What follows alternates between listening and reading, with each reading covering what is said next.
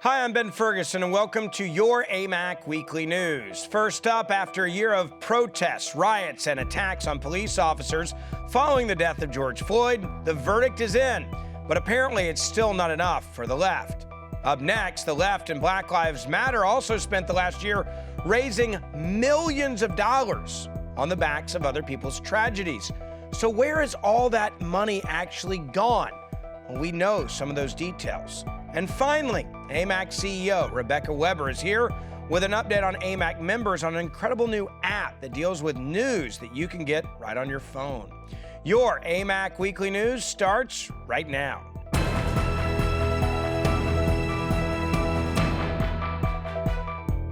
A quick reminder before we get started here today, if you are watching this, we need your help spreading this broadcast to others.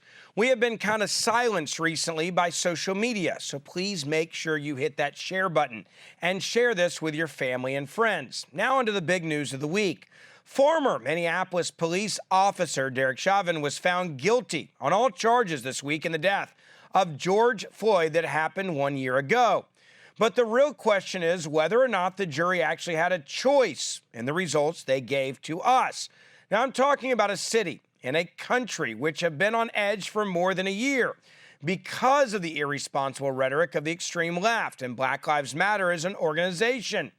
Now, at the end of the day, we should all be asking, is it even possible to have a fair trial if you have people like the President of the United States of America weighing in on what he believes the verdict should be? And think about those jurors, what would be on their conscience if they didn't come back on guilty on all charges, because that is when chaos could actually happen, right? The President of the United States of America's weighed in and says, you guys got it wrong. Take a look at what Joe Biden actually had to say before we even knew what the verdict actually was.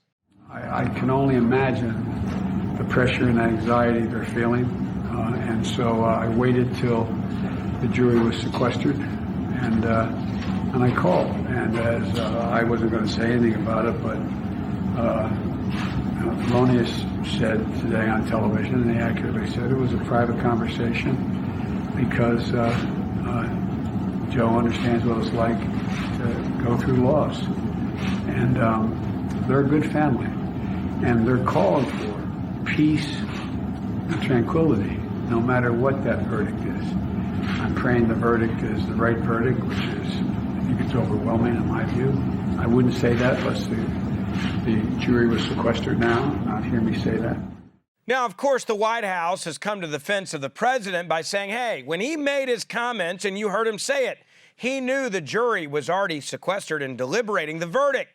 Well, let's be clear about this. Biden's statement right here set the judicial system up for total failure. What would have happened if the jury came down with a not guilty verdict on any of the three charges?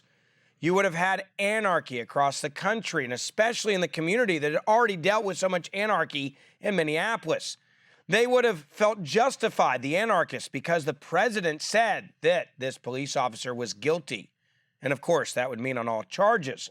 Now, also over the past week, we heard Representative Maxine Waters come out before the jury was actually dealing with the verdict, saying that there would be more violence if the verdict came back not guilty. Take a look at what she had to say about going out in the streets and letting them know we mean business.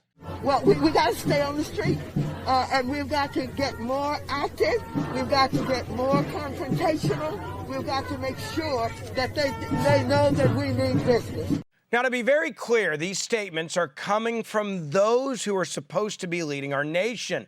They also know the laws, and the laws say that elected officials should not be interfering in the judicial system once there's an active court case. But instead, they're actually encouraging and inciting more violence if they don't get the outcome they demand. Now, this comment by Waters became a topic of discussion actually during the closing statements portion of the trial. It appears Waters' statements, despite being popular with her supporters and base, might work against her in the end. Take a listen to what the judge actually had to say in response. Congresswoman Waters may have given you something on appeal that may result in this whole trial being overturned. A congresswoman's opinion really doesn't matter a whole lot. I wish elected officials would stop talking about this case especially in a manner that is disrespectful to the rule of law. What's interesting about the comments from this judge is even he wasn't going to take the bait and say, we're going to declare a mistrial. He didn't want that on his conscience because he knew what would happen in society if he actually did that. So he punted down the road and said, hey, on appeal, you might want to bring this up. What I do know is it's very clear the left is attacking our judicial system right now like never before. These are just a few of the blatant attacks that they have had on our justice system, and you're seeing it in real time. Another attack came when a witness for the defense was actually tormented by vandals for simply assisting in a just trial. This was the former home of a retired police officer, Barry Broad, who testified on behalf of Chauvin as a use of force expert. He wasn't even advocating for anything, just explaining use of force in this country and how it applies to police officers. These vandals decided to smear pig's blood all over the home and left a pig's head at his home. That's called, by the way, intimidating a witness.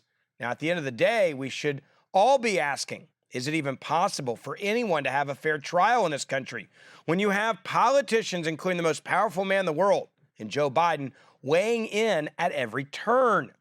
Politicians who care less about justice than they do about their own selfish motives should also be brought up as well. Protecting our American justice system must become a top priority as we face further challenges from the left as they attack it and try to destroy law and order in this country.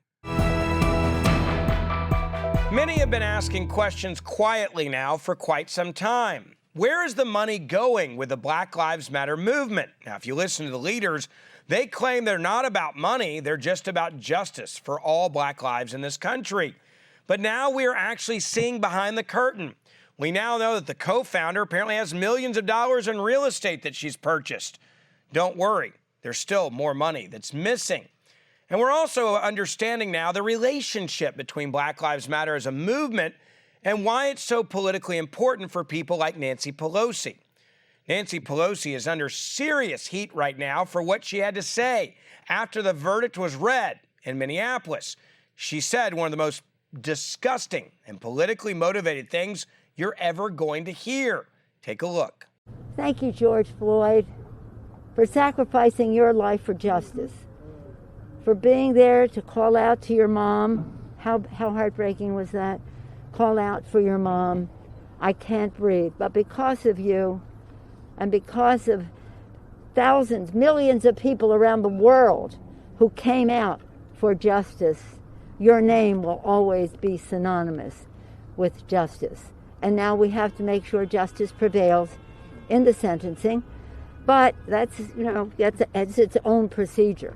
Nancy Pelosi, the Speaker of the House of the United States of America, just thanked a man for dying because of the political gain it gave her and so many other of her colleagues.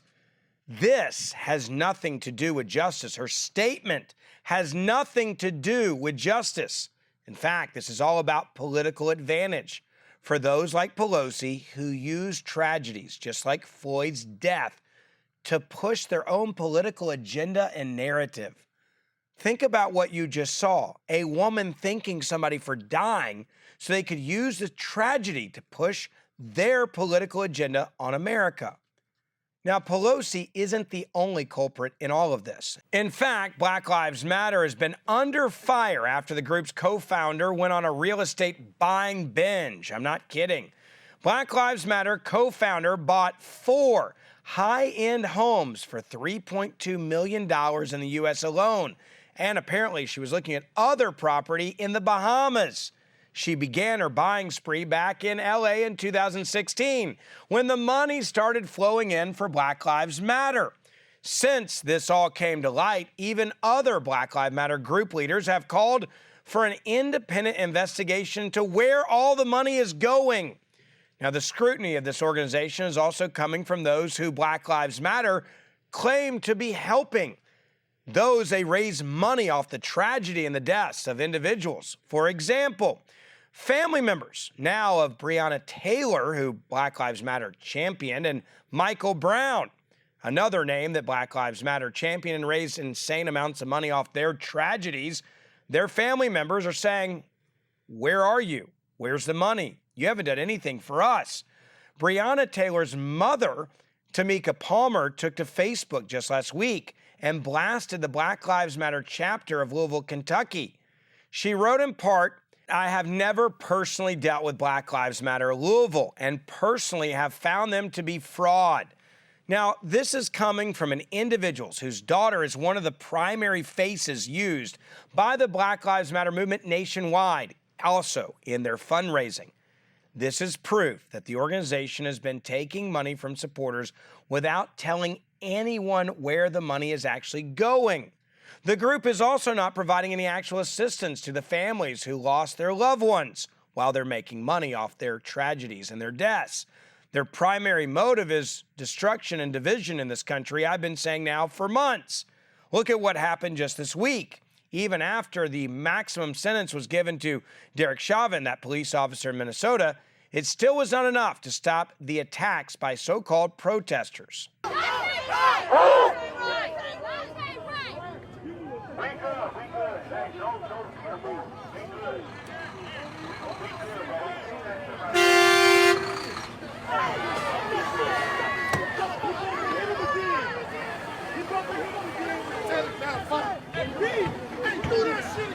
Don't do that. Why you all over video? Are you out of your fucking mind?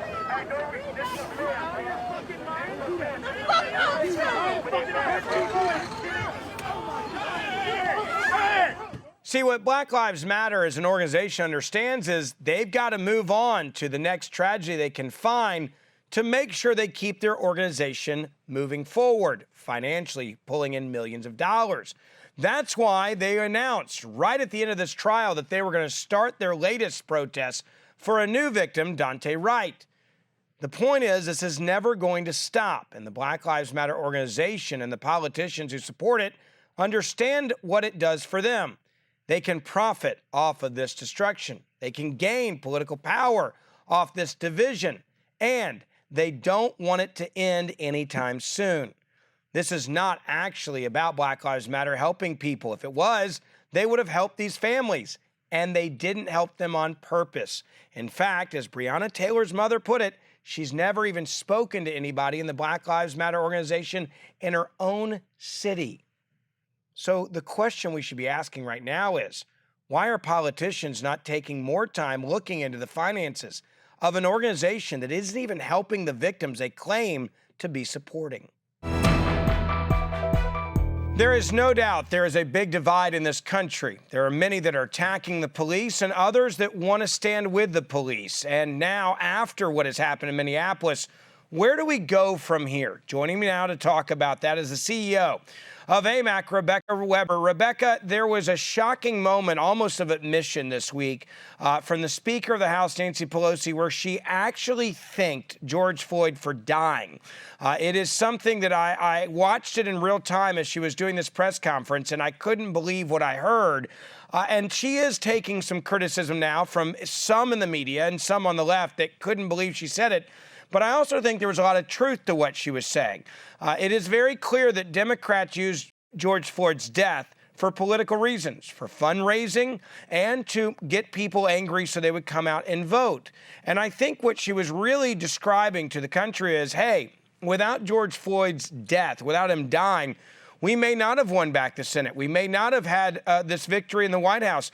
We needed to get people on our side of things and use Black Lives Matter to get people focused on the election, and it worked. And I think that's probably the reason why she said it out loud is, hey, thank you for dying. I couldn't believe she said it, but yeah, she did. And that tells you, I think, a lot about the mindset of the Democratic Party right now. Your thoughts? Oh, yeah, Ben, I felt the same way. When I saw Nancy Pelosi say what she said, I really couldn't believe it either. I thought to myself, I'm glad justice was served. There was a police officer that was wrong and did a bad thing, taking the life of George Floyd. But George Floyd was not a good man, had done things that were not good. For example, he himself had a criminal background. And I wonder how the people that were in his path when he committed crimes in the past, I wonder how they felt, if they felt that his name was synonymous with justice. I do think it's more identity politics, Ben, and I feel like it's more sort of trying to pre-program people to go out and riot across the country, and we're seeing that millions of people, largely minority people, minority communities, are in fear because these folks are destroying businesses, and that systematically really undermines rule of law. So the question I always ask is why? And I think that you hit the nail on the head, Ben. I think the reason why is because the left is trying to fool the rest of us, and it's a way for them to get more votes, ultimately, to create problems that don't really exist. I mean, Americans believe that justice should be blind and Black Lives Matter, but what Nancy Pelosi said in my book, that was wrong. You know, you saw it within moments of even getting word of what the verdict was going to be, where we had another police shooting in Ohio, and immediately the media got it wrong. The NPR actually put a disclaimer at the bottom of their story saying many of the facts they're reporting may not be the facts, but we're going to go with the narrative anyway, which is a unarmed Black 15-year-old has been murdered by the police. The ACLU, for example, put out a tweet saying an unarmed African-American 15-year-old was murdered by the police. We also saw Benjamin Crump, who was in Minneapolis getting lots of TV time, right? He's the new the new, I guess the best way to put it is the Jesse Jackson, Al Sharpton of the African-American community when it comes to getting out there in the cameras and getting people angry and fired up. He put out a tweet saying that she was murdered. Well, police rushed to get the police cam video out. Sure enough, she had a knife. She was actually trying to murder another African-American woman, actually, let's just call it what it is, another girl, a child. And that police officer had to use deadly force to save the life of an African-American that was being attacked by a woman with a knife. And the media got it wrong. And ACLU got it wrong. And Ben Crump got it wrong. No one is putting out a retraction on this. And it shows you that this is about, let's move on to the next one. Let's go to the next one and hold communities hostage and raise money off this and divide the country off this and make more money for Black Lives Matter, whose, by the way, co-founder is now under serious accusations of millions of dollars in property that she's been buying. Even some of the Black Lives Matter individuals early on, family members have been coming out saying, where did the money go? Because they didn't help us. They used our child's name, but they did not help us. Quickly, your reaction to that. Well, I think it's more lies, Ben. I think it's sound bites. I think people need to pay attention to the facts. Don't believe everything you hear in mainstream media. For example, Blacks and whites called the police in near identical numbers. So Black citizens do not fear the police more than white people fear the police. We all fear criminals more than we fear our police. So indeed, while crime numbers do tend to be higher in certain urban areas where there is dense minority population, for us to just white label police officers across the board as bad and to try to convince America that we should continue to defund police when we need law and order in this country is really only going to hurt the minority groups. Because, Ben, you know what I'll do? Or you know what other people will do? I will hire someone through my business and I will have someone watch my store and watch my business. But not everybody's in a position to do that, right? Not everybody has that ability. And when you listen to the people that are telling us to defund police and look at these more bad stories when in fact they're not even giving the truth, those are protected people. Those are people that are relying on their own inner circle of law and order, but they're trying to divide people. And so, Ben, you said it so perfectly. American people are smart enough and they hear it and they see it. And I think this is going to hurt them in 2022. I think we're going to see a lot of people out and a lot of better people in. That's what I pray for. I hope you're right there. Lastly, we've seen a lot of the media that has been censoring a lot of information recently. We've even seen recently AMAC being censored on social media. A lot of the view counts for even the show have dropped significantly over the last couple of months as it's harder and harder to get conservative news out there. That means that AMAC is stepping up and doing something amazing right now when it comes to news gathering. Tell people about this quickly, the new AMAC app. Very good. Very proud of this. AMAC has brought on a team of writers. We are getting to the truth and we are getting the facts out there. The kind of news that you're going to find both on our website and now on our newly developed AMAC News App. Very simple, Ben. You go to your smartphone, go to your app store. I have an iPhone. I guess it's Google if you have an Android.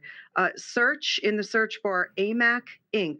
It'll be a red icon. Download the icon and you'll get news. But here's the best part, Ben. This gets me excited. We're not bombarding our readers with ads.